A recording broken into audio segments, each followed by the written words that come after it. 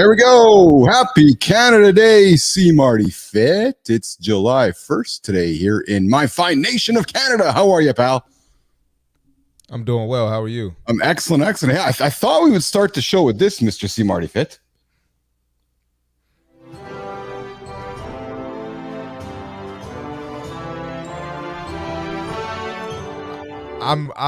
Is it really Canada Day?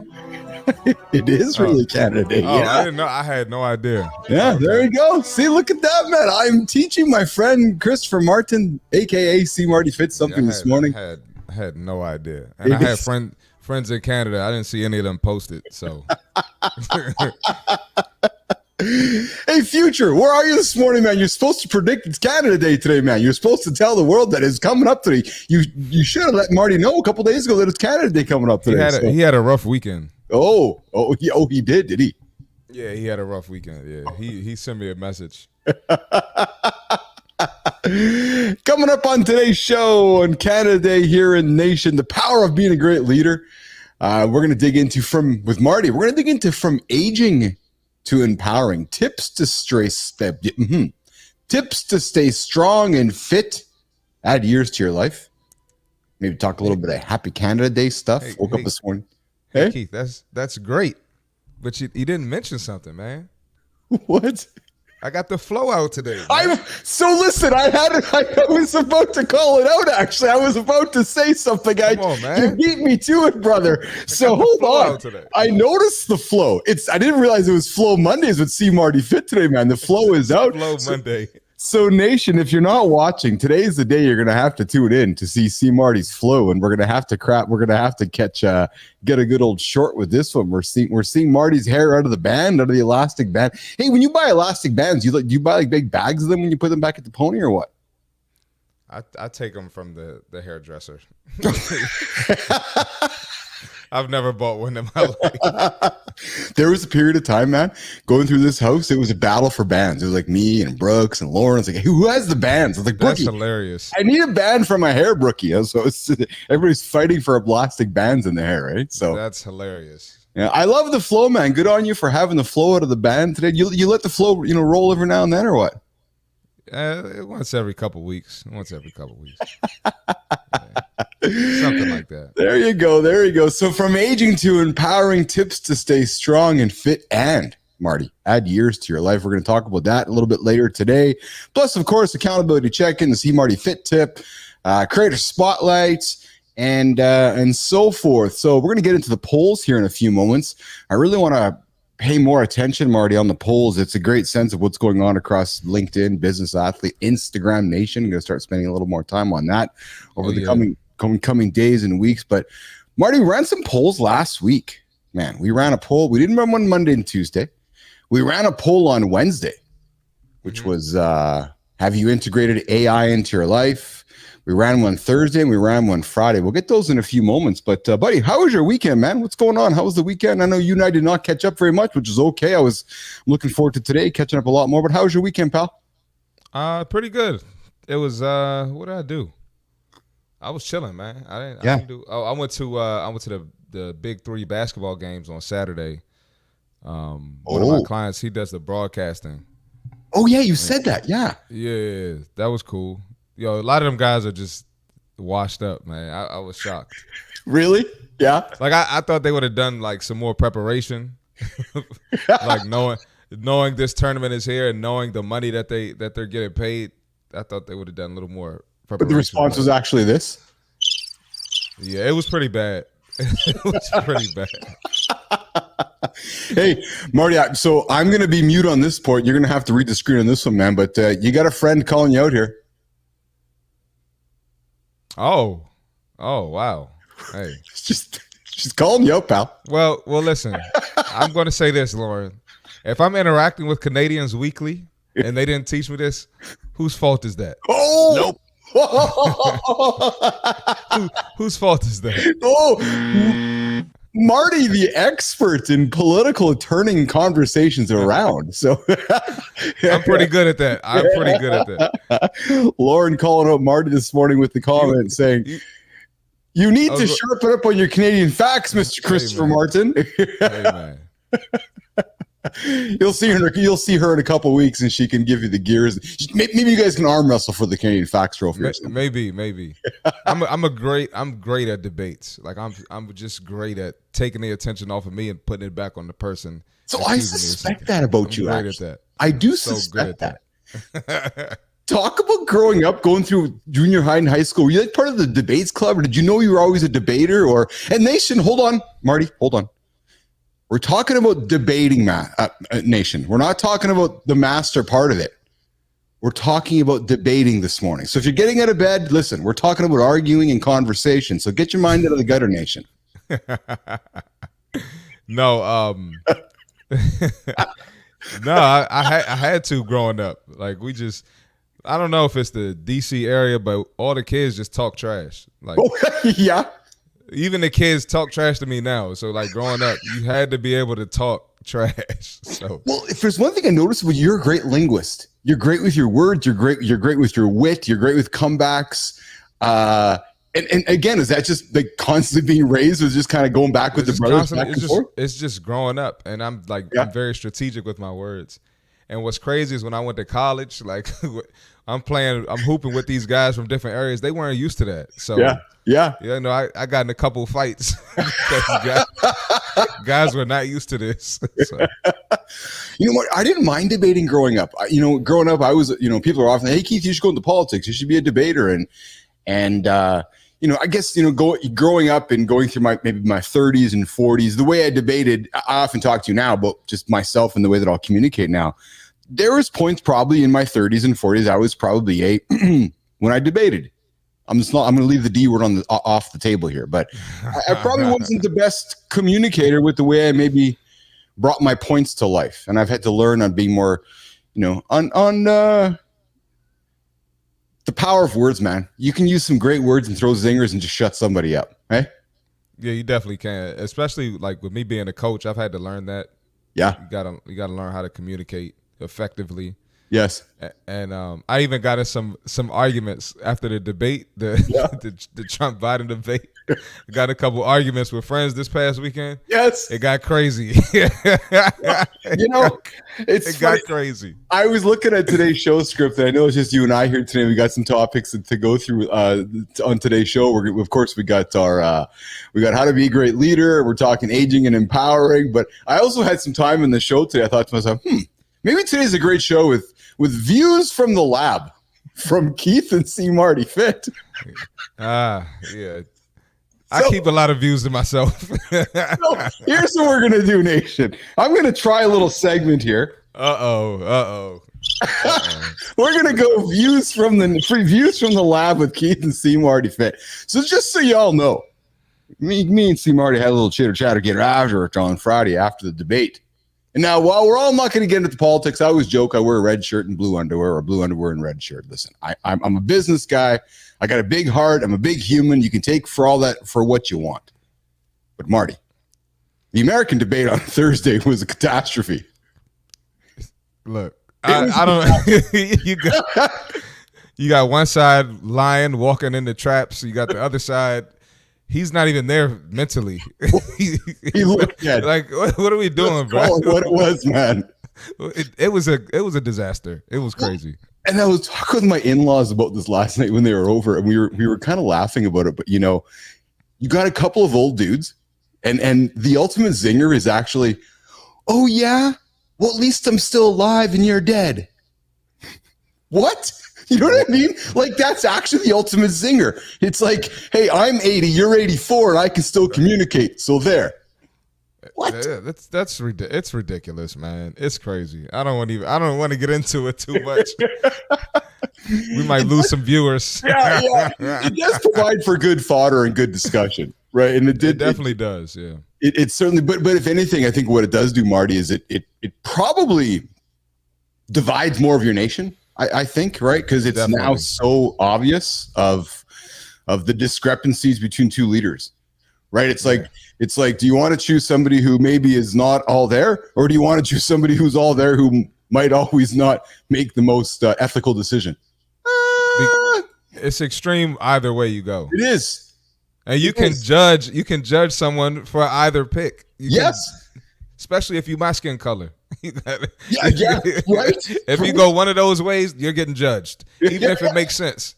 Even if you back it up with facts and statistics, you're still getting judged. So it's crazy. Now, we are going to have a fun number of months in front of us as we're watching from the sidelines. Oh, it's gonna get crazy. I like I said, I can't say everything because it's crazy already. That's yeah. Well, Nation, we might just continue to add views from the lab with Keith and see Marty Fitz as we get closer to November here, and give you guys some opinions along the way. I know that Marty, when I dropped some shorts on the weekend, and we're certainly getting some people's enjoyment of our McDonald's and Krispy Kreme opinions. We're certainly getting people enjoying our opinions around Fiber One bars. Disguised as the way to get fiber? Yeah. Let's get a chocolate bar as a source of fiber. Insane. Oh, insane is right. Nope. Yeah, exactly. We got William Ray joining. What's going on, William? Thanks for jumping in this morning, pal. Good to see you here first thing this morning. It's like people forgot we just need the country to do well. Yeah, it's true, right? It's like you guys live in this awesome country, but y'all forgotten about just which way to go in a certain direction. What's the goal here? What do we want? Do we want what's best for the country? Because I think people don't care. They just want to be right more than they want what's best for the country. Isn't that true? Yeah, isn't that we're at a point now in society, right? Which is, no, I want to be right. Yeah. Damn it, I need to be right. It's insane. It is insane. Hey, I want to call out Will though, Marty, because we've been, as you know, we got that uncut series on LinkedIn here and just dropping content. And as you know, we had Will in the show a couple weeks ago. He's a goat. He's a beast. He's rocking and rolling. He just finished his boot camp and he's on his journey to build his business. Exactly. And Will was vulnerable in the weekend, Marty. We're just had a couple days, and I'm like, and he just did. Marty, the guy kept showing up. And as you know, and as well as I do, it's the idea is showing up, and I like the fact that Will's not afraid to show up and just keep moving, right? So, yeah. But listen, Jimmy, we're gonna go through the polls here quickly, Jimmy, before we get to the accountability check-in. So, Marty, let's jump into last week's couple polls here. So, last week on Wednesday, we dropped have you integrated AI into your life? And we had yes and no. So, yes, daily, 57% of our audience says that they do. 36% said occasionally, and 7%, Marty, said, not yet, not interested. Are you surprised by those numbers? So it's called 60 40. Really. 60 said 40. Yes, 40 said kind of. I'm not surprised by it, maybe. Yeah. It's I think a lot of people were against it, but I think people are starting to accept it now, and it's going to continue to go up. It's going to be more than 60% in a couple months. I would agree with that. On Thursday, we ran a poll, which was what's the biggest barrier to your weight loss success? We had 4 choices: lack of motivation, poor diet choice, inconsistent exercises, and stress and sleep issues. What do you think were some of the most common choices on that one? Lack of motivation can be one of the top ones. Yes. Can I rant real quick? Please do. Okay. Anybody watching who wants to lose weight or have a fitness goal, nobody's motivated to be in the gym, including myself. Like, I'd never feel like working out. I worked out yesterday. I did not feel like going. So I got into it with my client today because her friend is a stay-at-home mom, and she was like, she keeps gaining weight. And I'm like, a stay-at-home mom? I love the stay-at-home moms. Love you all. But come on now. No, you got women working. You got women with side hustles, women with multiple kids, and you're a stay-at-home mom and can't get it together. So lack of motivation is a poor excuse because even the fittest moms are not motivated. So come on now. Come on, moms. I got to hold the moms accountable. Dads, too. Yeah.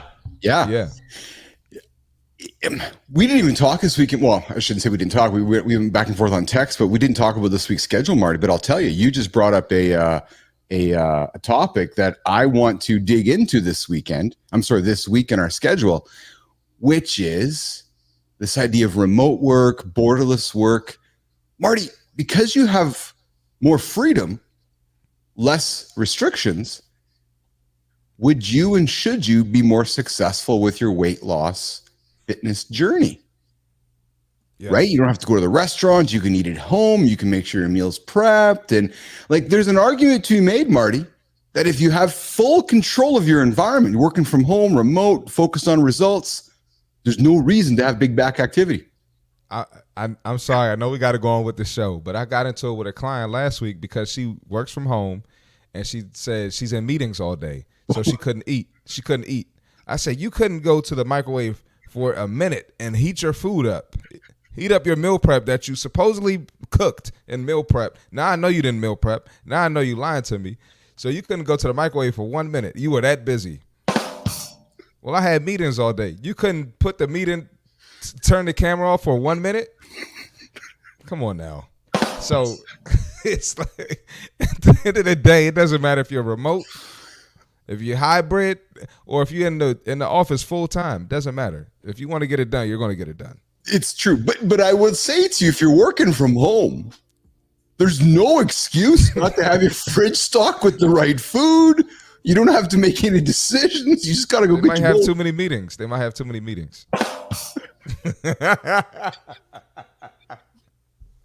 Nope. You know, we had a clip last week. I made it into a short when it was, I can't even get into it. I can't right now. Oh, you got to tell me. Oh, it was, yeah. I'm sure I saw it. What's up, Enzo? Yes, good to see you, Enzo. How are you, pal? Marty said you had a tough weekend. Love to see you here in the feed, Enzo. I'll tell you, Marty. So Carter joined the team. Old BC joined the team on Thursday. He joined the lab with us. He's going to be working with us. He's going to be hanging out with us in a couple weeks when you're here. I've told him he's got to join the show with us.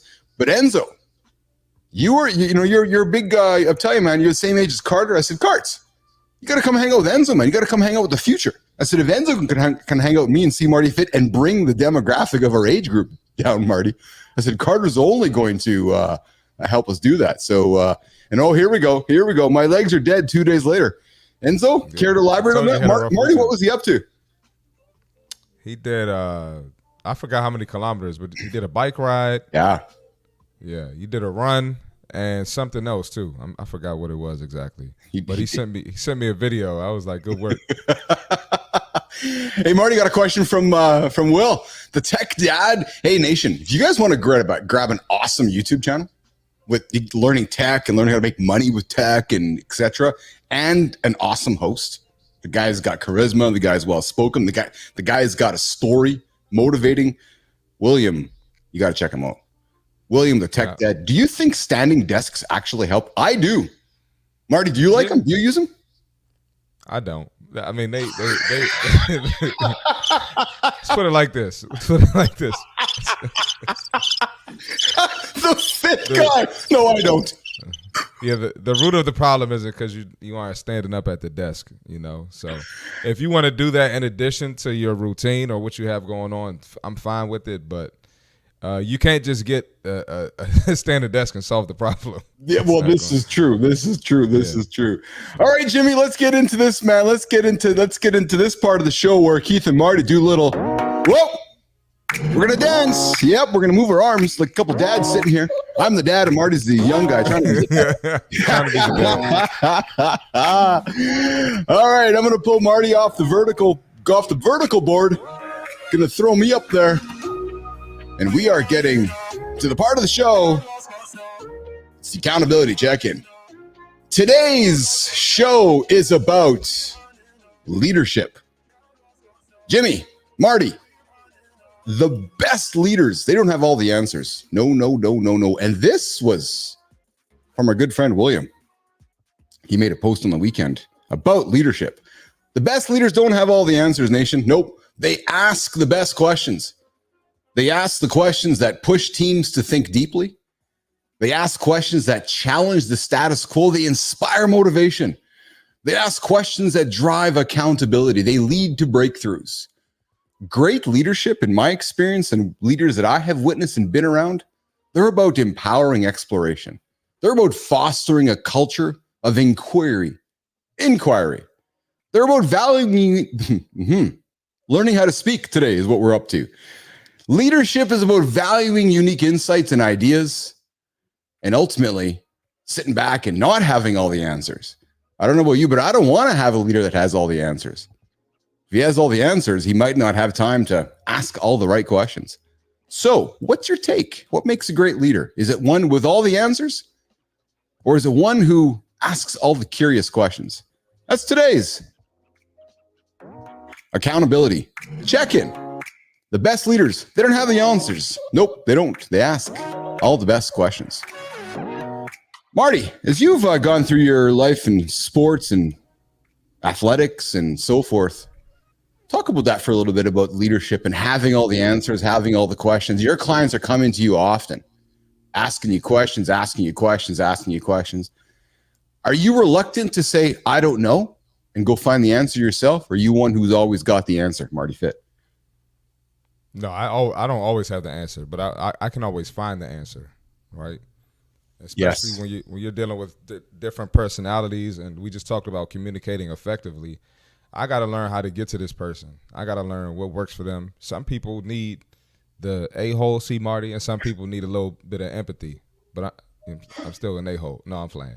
But so never have all the answers, but you can always find the answer. A great leader always going to find the answer. A great leader does always find the answer. Absolutely. All right, so let's pivot. Producer Jimmy and my good friend Marty, let's pivot to the power of being a great leader. Let's get into today's daily topic, today's daily conversation. So, Marty, think about the most influential leaders you've ever encountered. What made them effective? Let's explore the essential qualities of great leadership, the challenges, the popular myth related to great leaders. Let's talk about leading with purpose, being adaptive. Let's practice radical candor. And then let's take the contrarian view. Charisma. Charismatic leadership is a myth. We both in our time have seen a lot of charismatic leaders that have moved the needle, but underneath that, is there any depth? So let's dig into it. Let's dig into leading with purpose. And Marty, as we go through our conversation, I want to bring it back into fitness, and I want to bring it back into being a business athlete. But let's start it out with leading with purpose. So Marty, great leaders have a clear sense of purpose. You stand behind them, and it's funny, great topic, right? Because we're talking this morning about our two presidential candidates here in the United States, and you said, like, what's the point? Like, you wonder what's the point of the two presidential candidates right now.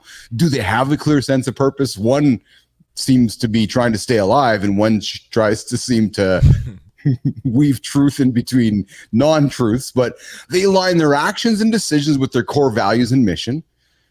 Leading with purpose is about purpose-driven leadership. It inspires and motivates teams. And the key takeaway is leading with clear purpose creates alignment, drives organizational success. But Marty, let me throw this to you. Having a clear goal is crucial for success. How do you think leaders in business or in fitness, and how do you apply goal setting and purpose to motivate and inspire teams or your clients? What are your thoughts on that, Marty? I truly believe that there's never you never win the race. You never win the battle. There's always a next level you can get to, and there's always someone better. Mm-hmm. Not to like put anyone down or anything, but there's always someone fitter. There's always someone stronger. There's always someone who could do a faster mile time. So as long as that exists, there's always something you can work towards.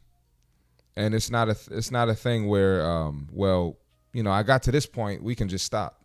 There's probably a company doing better, a company making more money, a company with a better product, company with higher ratings. Whatever, if you wanted to relate it to the business side. So there's always more work to do. So you can celebrate a win, of course, and enjoy that moment. But you always got to get back to work. Do you think when leading with purpose, Marty, that it is as simple as just throwing the target on the table and stepping back with it? Or is it as much ensuring everybody's lined up with that long-term goal and long-term purpose? I know. So let me just back that up. I know when I was starting ICUC and growing ICUC, our purpose, Marty, when we sold that thing, and nation, call it what you want and call me shallow if you want, I don't care. Our purpose right off the bat was to make as much cash as possible. That's it. There was no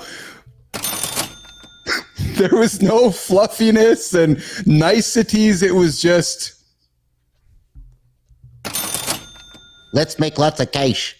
like, that was the purpose, man. It was, and we lined up everybody behind that purpose. Every meeting, every discussion, it was, okay, Marty, if we do this, we can put more money in your pocket. Okay, if we can do this, we can put more money in our pocket. Okay, if we can do this, the business can make more revenue and profit.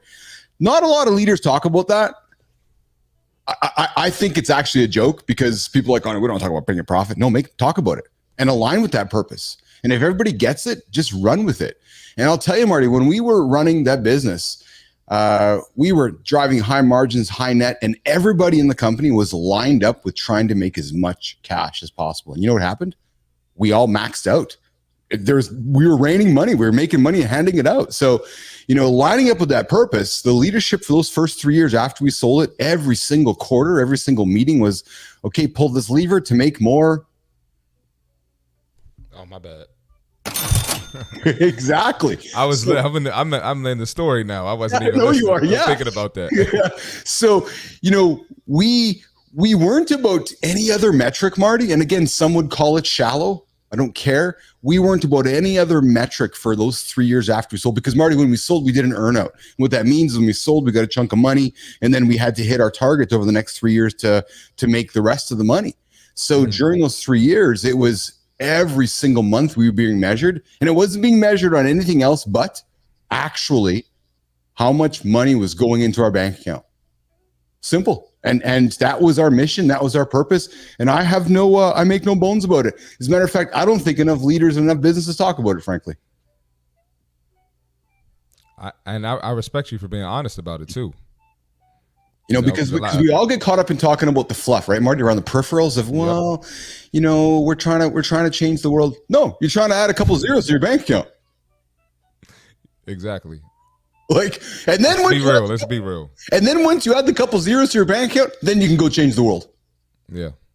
Honestly, right? So I found, to me, the power of being a great leader, number one, man, you got to lead with purpose. Whatever that purpose is, Marty, and whether it's trying to make as much bank or trying to, lead your team on a mission, like going to Mars, Elon's sake, but it's getting behind that purpose, right? So, Marty, number two, big leadership is being adaptive. Adaptability, and I'm going to think you as an athlete, and when you're training your clients, especially on the less brunches, more crunches side of things, because you have clients of all types walking through the doors, right? So adaptability is crucial in today's fast-paced, ever-changing environment. Great leaders, flexible, open to change. They encourage innovation, not afraid to pivot when necessary. The key takeaway, Marty, is being adaptive allows leaders to navigate challenge, and seize new opportunities. Let's go to the question over to you. So in fitness, adapting your routine to overcome plateaus is the key. Talk to me about an example of how you adapted as a fitness coach with your clients coming in saying, Marty, I'm plateaued. I'm not making any progress. I'm having some challenges. Or yourself as an athlete. Where did you find in your journey where adaptability was crucial for you to make that pivot, call that audible in football terms, to move forward? Marty. Okay, so I look at a few things. I look at your cardio.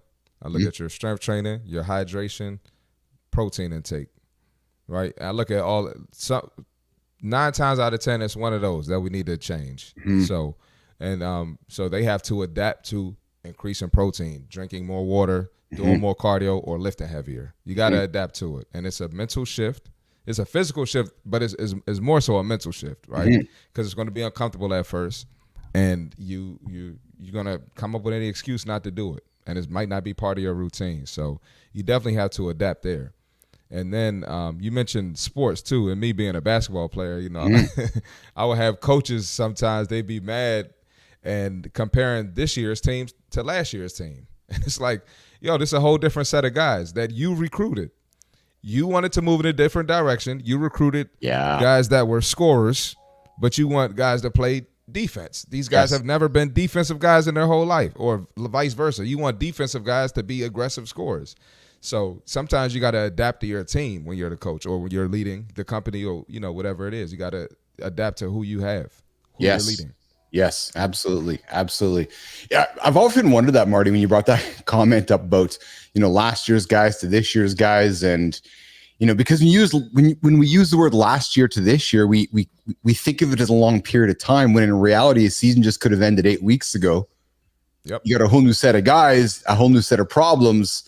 Yet the coach is like, oh, we're changing. You're like, well, hold on a second here. There's different guys from last season to this season. So, that adaptability is important, right? So I will share with you my experience, Marty, and producer Jimmy. We're gonna drop the See Marty Fit tip here in a few moments. Here, we're gonna keep going through our leadership commentary here, Marty. I will tell you that being adaptive for me as a leader during my journey of growing ICUC very much happened as we headed into the pandemic and came through it and came out of it, where I aggressively wasn't afraid to adopt first principles thinking, kind of the Ray Dalio approach. And I know Elon talks about it often, and this idea, Marty, I'm not sure if you're familiar very much with it, but first principles thinking is about taking a problem and all the assumptions we have about the problem, and taking all of the ways we've previously thought about solving that problem and dismissing everything and starting from scratch.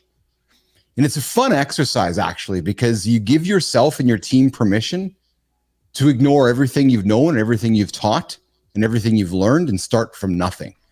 And when you come at that approach, and this even moves to our next comment about practicing radical candor, being adaptive is a lot of fun, because you can go into a meeting with your team, or you can go into a situation with your team and say, no, we're blowing it all up. We need to adapt, right? The market's going this way, the market's going that way. And admittedly, Marty, people get scared of that, right? Because people get scared of change. People get scared of not knowing what's happening next. But man, being adaptive allows you to navigate and size new opportunities when nobody's paying attention. Yep.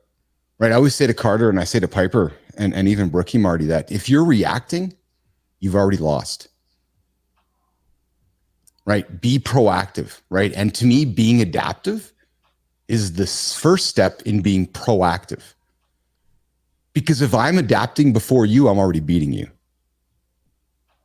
Right. If you're thinking, okay, well, I got to get my day started at 5, and I'm thinking, I'm hearing Marty talk, I'm listening to Marty's narrative, and I'm thinking about Marty, and I'm competing with Marty. Well, I'm going to adapt and start my day at 4:58. And so there's that competitive sense. There's that, okay, well, I'm going to be proactive so I don't have to react. Right. So I think being adaptive as a leader, and people often hear me say this, Marty, but it's the idea of reading in between the lines. If you've been around the planet as long as I have been, like we know I'm super ancient, you read a lot and then you pause, and then you go in between the lines. When you read in between the lines, Marty, that is where you learn as a leader to be adaptive, because that's where the truth comes out, in between the sentences. Do you follow me? Mm-hmm. Right? So I love the idea of being adaptive, because it sets, I think, leaders apart, which then really segues, Marty, and I'm going to ask you this one. Have you played for a coach, or have you worked with a business leader that practices radical candor? So radical candor, Marty, involves caring personally while challenging directly. I think you've gotten to know me well enough and I've gotten to where I've gotten to know you well enough, and I know your clients have gotten to know you well enough where you give honest, very honest, constructive feedback.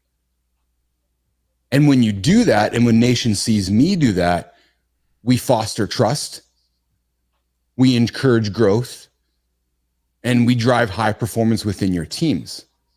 So do you ever think about yourself having that radical candor as a trainer when you're coaching your athletes and when you're coaching your clients, or do you just think that that's just who you are? But in reality, you're practicing a very, very high quality leadership trait that I think people often step away from, because it takes a level of comfort to be candid with your client or with your employee. Talk about radical candor, Marty. No, that's both. That's me as a coach and me as a person, for sure. Mm-hmm. And you have to be honest with people if you want them to improve. Mm-hmm. Mm-hmm. And you don't have to be degrading or speak in a condescending way to anyone. But sometimes you might have to hurt their feelings for them to improve. And it's part of life. It's part of life. We all need a reality check, and sometimes everyone doesn't have the skill to be honest with themselves, so they need someone else to do it. Yes. And let's be honest. I know this is a little off topic, but let's look at the state of our country here in America. All this sugar coating. Look at the obesity problem. Mm. You can't be honest. Like, hey, put the sweets down. Get on the treadmill. How dare you? Huh? What? You can't say that. So when you can't be honest with someone, it's going to lead to certain issues. And yeah, so that's definitely me. And a lot of people don't like my approach. And I'm cool with that. It's okay. But I get results. Practicing radical candor does drive direct results. And Jimmy, we're gonna wrap up our segment here with our last one, contrarian view, before we move into the See Marty Fit tip. But Marty, our contrarian view about great leaders is the last one. Charismatic leadership is a myth. And what a great, and again, I when I reflect upon our dialogue this morning, the fact that we started it off with the presidential debate and we're continuing this conversation around, charisma, charismatic leadership, a myth. It can be overrated. It's sometimes detrimental. Charisma, that quiet, unassuming leader, often, Marty, achieves more sustainable success instead of that charismatic leader who comes in, does his thing, and then, lives the shelf life. Then they're off. The quiet, unassuming leader focuses on substance over style, long-term impact over short-term charm. Marty, in your opinion, is effective leadership about charisma? Or is it a combination of consistent, genuine actions blended with charisma that builds trust and drives results? Relate that to fitness and how that consistent effort while laying in the charisma drives those remarkable success for your clients, despite somebody maybe being uncharismatic. Well, every leader is different. Everybody has their style. And so I don't know if there's if it's a matter of having charisma or not being as charismatic. I think everyone's different, and you have to do what's effective for you. Mm-hmm, mm-hmm. I think so. From my POV, charisma is as much the way you communicate. Mm-hmm. And I think the way that you carry yourself, right? And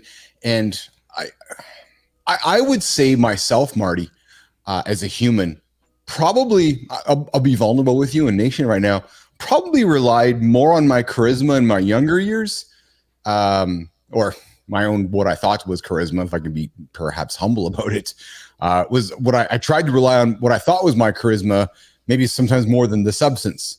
And then over time, I've had to learn the substance. And over time, through my own failures and feedbacks, I've had to learn to add substance to add to the charisma.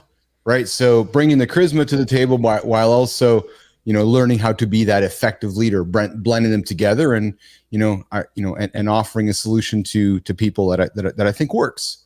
Right. So whether it's being adaptive, whether it's bringing radical candor, whether it's leading with purpose, is putting them all into a blender.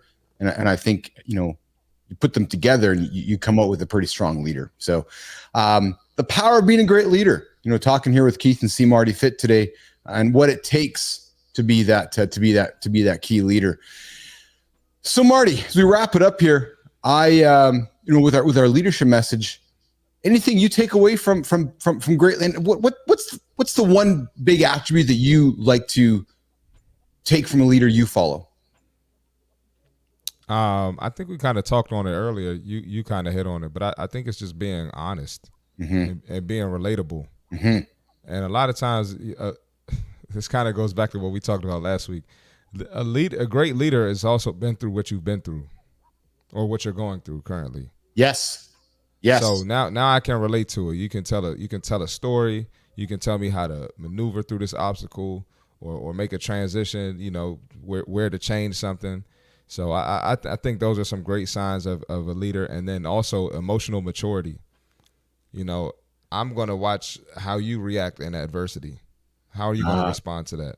Yes. I've had coaches that just like they get mad because we lost, and then they don't speak to the team for like 2 days. And I'm like, what kind of leader is that? Like we can't have that. We're not gonna win like that. And so a lot of, I learned how to be a good leader through watching bad leaders. Oh, If that makes interesting. sense. Yeah, that does. That's really interesting. Interesting to hear me here. Interesting for me to hear you say that, because you're watching, me go through a situation, and you're observing me as your colleague leader go through the situation, go, okay, I'm going to take this from that, take that from that, and I'm going to adapt that for how you're going to be a leader, is what you're saying to me. Exactly. Yeah, exactly. All right, Jim, we're going to come up with the C Marty Fit Tip here in a moment here. Yes, Enzo, we are working on Carter getting on the show. Absolutely. We are going to get him on the show here, ideally later on this week with Robert Coe. And yes, January is over, nation. We're into July, so we're into the second half of the year. But the creator, the athlete, and the AI, the course is there. We're still finishing it up. It's going to be there in the academy. We've got more of that coming up for you guys. But Junior is gone, so we haven't left you, and we have not left you aside. You come back and keep hanging out with myself and C Marty to work on your January goals. And yes, we are working on the merch. Hey, I'll tell you, Enzo, as a bootstrapper, it's about pulling levers and doing a bunch of things at once here. So yes, that's on the come and go as well.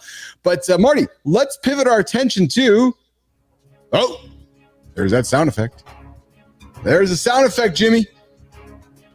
You know what time it is. You know what time it is. All right, let's do it. So today we have the fitness tip, and it is the foundation of great leadership is fitness. Let's talk about it. All right. Do you want to lead with impact? Start by getting fit. Here's why. You'll have more energy.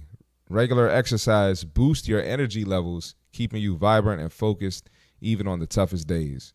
You'll make better decisions. Exercise enhances cognitive function. A sharp mind means smarter decisions and better strategies. You'll have unshakable resilience. Fitness builds mental toughness. When setbacks hit, and they're going to hit, whether you want them to or not, they're going to be here. When setbacks hit, a fit leader doesn't just endure, they thrive. You'll inspire positive action. Your actions speak louder than words. Prioritizing your health sets a powerful example, inspiring your team to follow suit. Right? So if you're fit, you can probably inspire someone on your team to get fit as well. A lot of companies, a lot of businesses, the leaders, they have team building where they're doing active things and active workouts, and people bond over that and get better. So keep that in mind. The foundation of great leadership and fitness. The foundation of great leadership is fitness. When your body is healthy, you can give your team your best guidance and support. Lead with strength. Lead with fitness. Do you believe there's a link between fitness and being a great leader? Let's talk about it. And that's the fitness tip for today. Coming to you guys here live, Mornings in the Lab with Keith and C Marty Fit. Yes, sir. We are moving to the last segment of the show. What a great conversation this morning, Marty, talking leadership and talking about the weekend. And it is Canada Day here today, and obviously July 4th coming up this week. But Marty, the last segment of the show here today is all about aging to empowering, tips to stay strong and fit. And Marty, I want to take the last, 12 minutes of the show, and I want to take our audience and nation around this idea of aging from, and Enzo, we're looking at you, pal.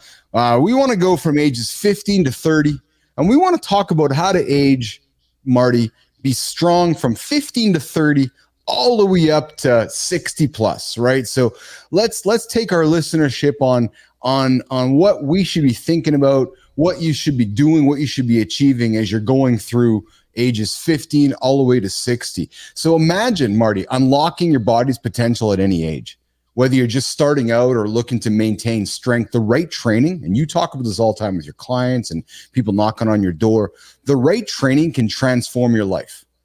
Let's explore how somebody like Enzo, Carter, in their, 17. So our audience, Marty, we talk about it all the time, nation. Our audience is 25 to 54. We got a good chunk of you sitting in that 18 to 25 bracket. So right now, let's explore how you can age with Keith and C Marty Fit from your teens to your late 20s. You're in the prime time for building size and strength. The recovery, Marty, is quick. Yes. Where the hell did the light go? Injuries are easier to bounce back from. You can focus on building basic mass and strength. This is the best time for guys like Enzo, guys like Carter to push their limits. Marty, start early for the biggest gains in athletic peak. Talk about how important it is for young folks to start their strength training early, and what advice would you give to Enzo, to Carter, and to the young guys tuning in right now who's just beginning their fitness journey? Marty. Yeah, no, you definitely should get started while you're young. It's going to build that discipline. It's going to build the habit. So if you're more than likely, if you start young, when you get my age and when you get Keith's age, it's going to be part of your routine, right? Mm-hmm. It's harder to start, and I deal with this all the time, men and women. When you're 40 and you've been neglecting your health and fitness for years, it's harder to get started. You're going to be sore, and Keith just mentioned you're not going to be able to bounce back quickly. That first workout, putting your body through something like that, it's easy to just quit. I have so many people, they show up one time and they're sore, they never come back. So you definitely want to build that foundation early, and it's easier to maintain. Me being 31, I'm not old, but I'm not super young. I don't do all the stuff I was doing when I was 20 and 24. I'm not doing all of that at 31. I got more responsibilities now and less time in the gym. But I can maintain my physique, going in there for 45, 50 minutes because I started young and I set my foundation young. So, everything Keith mentioned is absolutely right. Start young. Take advantage of it. Is that key point on starting young as much about just starting a routine more than anything? Just this idea of saying, okay, I'm going to go lift some weight today, or okay, I'm going for a run today, or okay, I'm doing push-ups. But just this idea of 15, 16, 17, doing something today. And that's the most important goal. Would you say that that's the most important takeaway from that, Marty? It's probably a tie between that and actually you can get quicker results when you're younger. Okay. Yes. Yeah. Yes. Like, what I had to do my physique now to get that at 24 was easy. But it's way harder to keep it now. Of course. Yeah. All right, continuing then. Ages 30 to 40. In your 30s, Marty, and you're this right now, man, you can still see good response to strength training, but as you get closer to 40, and you got friends and buddies and clients that are closer to 40, the gains slow down. Muscle building is still possible.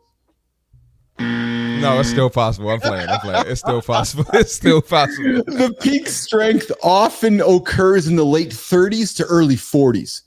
The key takeaway, though, in this age group, 30 to 40, is your consistency and injury avoidance becomes more important. You get hurt, you get injured, you're being taken away for a while. Marty, what strategies can somebody use between the ages of 30 and 40 to stay motivated and continue making progress? Have a routine. Mm-hmm. Have a routine, and avoiding injuries, that's real. And I find myself now, I'll cut my workout short. Say I'm short on time, I'll cut my lift session short just to stretch for 10 or 15 minutes. And you got to warm up too, especially if you live in a cold area. If you're in Canada, don't just walk in the gym and get straight to work. You got to do some type of warm up. You got to warm your body up, and it's easy to get hurt. Some of the most active people get injuries. So yes. Really take care of yourself. We got Enzo joining us here in the future. Enzo knows about the future. Injuries also have a mental toll on the younger guys when you want to be out on the pitch or the court, but you can't constantly. It's tough. And I guess it really is, right? Because your buddies are out there and you're sitting there on the sidelines, eh, Marty? Yeah, exactly. You're absolutely right. I used to get crushed when I would get an injury. And then my coach, if you got injured, he just thought you were soft. He'd be like, yeah, put you on the bench. There you go. Got coaches like bad leader. But anyway, when I was going to say, when people get my age and Keith's age, they happy when they get hurt because now you don't have to see the personal trainer. They're like, yeah, I'm gonna stay home today. I'm not coming in. We all know people like that, Keith. We all know people like that, exactly. All right, so when you become ancient between the ages of 40 and 60, you can expect lower growth rates, but you can expect still decent gains. If you start late, nation, you can still make significant progress. You got to shift to probably higher volume, lighter sessions to avoid injuries. Focus on sustainable training. Like Marty said, focus on getting to the gym 4 or 5 days a week, not just celebrate once. Oh yeah, I showed up once this week. No, you haven't done anything, right? Be consistent. Nope. Exactly. So if you're considering starting in your 40s, their first goal is to be consistent. Start showing up every single. Just get your foot into the gym and then let the magic happen. But Marty, what advice would you give somebody in their 40s to 60s to ensure they continue to see gains while minimizing the risk of injury? I would say nutrition is the key. Mm. You know, and it's crazy how everyone, especially my 40 and up, hey, how are your eating habits? Well, you know, I don't eat that bad. You know, it's not that everybody doesn't eat that bad, but then you tell me about the sugar and the diabetes and all this other stuff. I thought you didn't eat that bad. So how you got all these issues if you don't eat that bad? What is I don't eat that bad?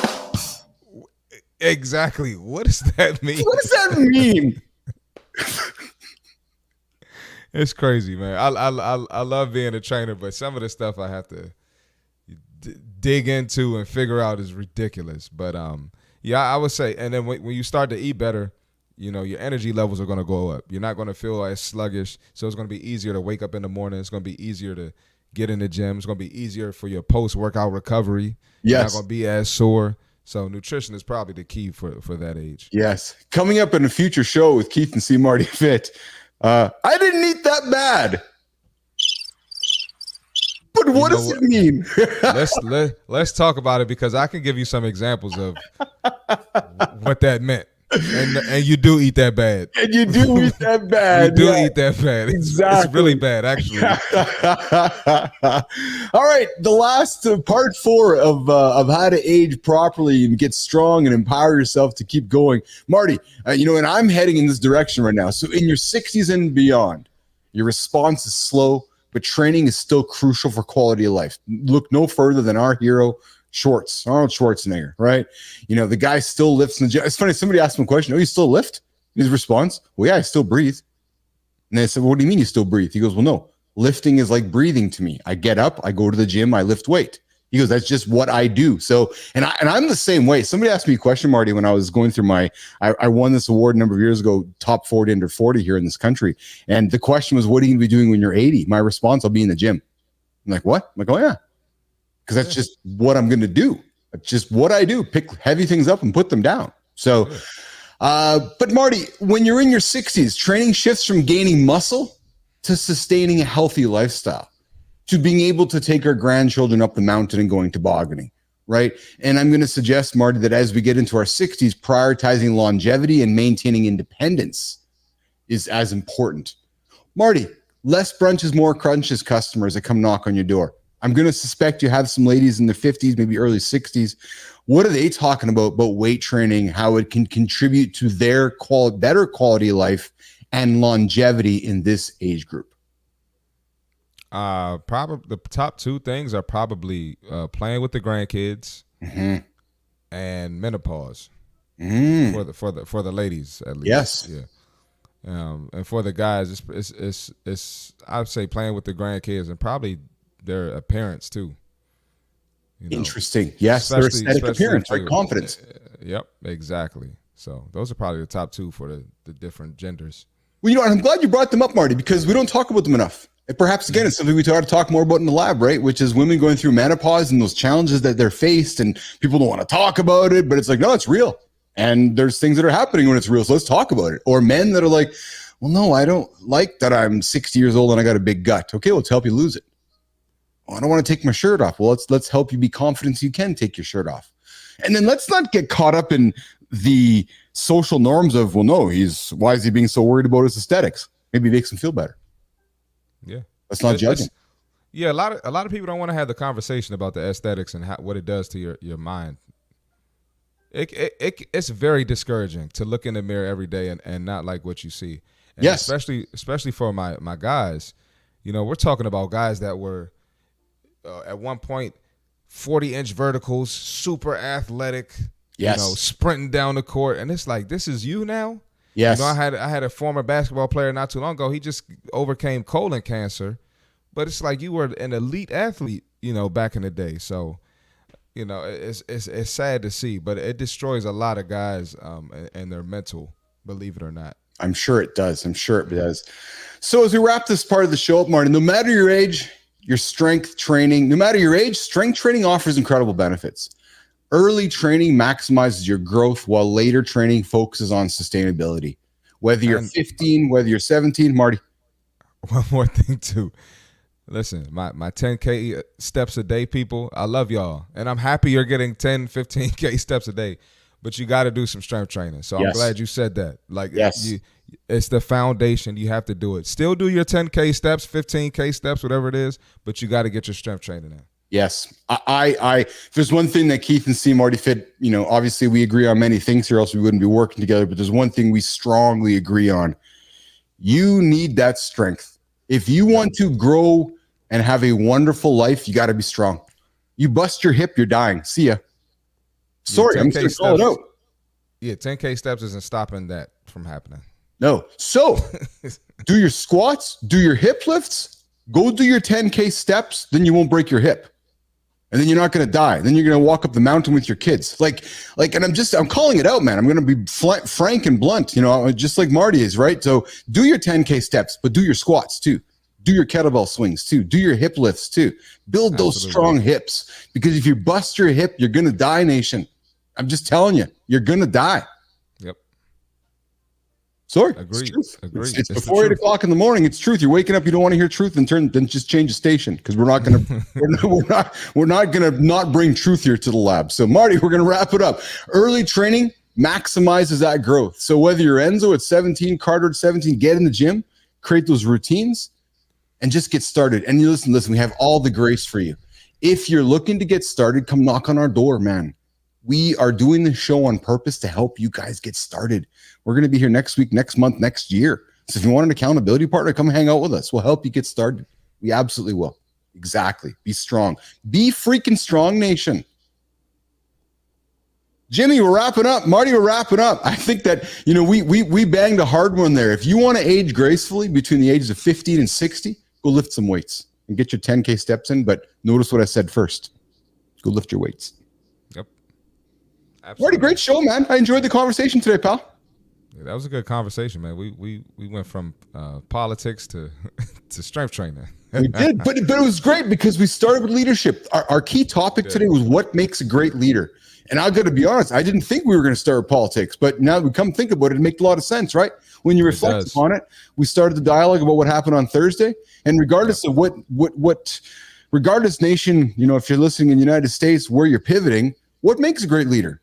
What are you going to choose when you make your vote in November, right? And ask yourself, is that radical candor, or is it the adaptability? Listen, Trump showed great adaptability on stage at the debate. Whether you love him or hate him, the guy actually was quiet. He wasn't being a nuisance during the debate, right? So there was an example of adaptability. People are like, oh, the guy was actually quiet the whole time. Yeah. Right? Because that wasn't the guy that debated 4 years ago. And he could have made so many more jokes. Exactly. He could have made so many more jokes. Yes. So regardless if you love him or hate him, the guy practiced being adaptive. And many would say nobody was talking about him when the election was when that debate was done. Everybody was talking about the other guy. So we need an uncut show. We do need an uncut show. That would be hilarious. All right, we're gonna wrap up and say goodbye. Enzo, coming back to you with a couple comments here. Let's just do Enzo quick before we wrap up. He said, when I did my tibia, I couldn't physically go watch my team's games. It was tough. I'm sure it's tough mentally. We don't talk about that enough. Enzo talks, I didn't eat that bad. They got a wrap from McDonald's, a Diet Coke, and grabbed a chocolate sundae for a reward for staying away from the burgers, fries, and sugar drinks. Yes. Yeah. I love how the choices happen when you go to McDonald's, right? I'm going to choose that because that validates it's not as bad as that. Oh, my God. Small fry instead of a large fry.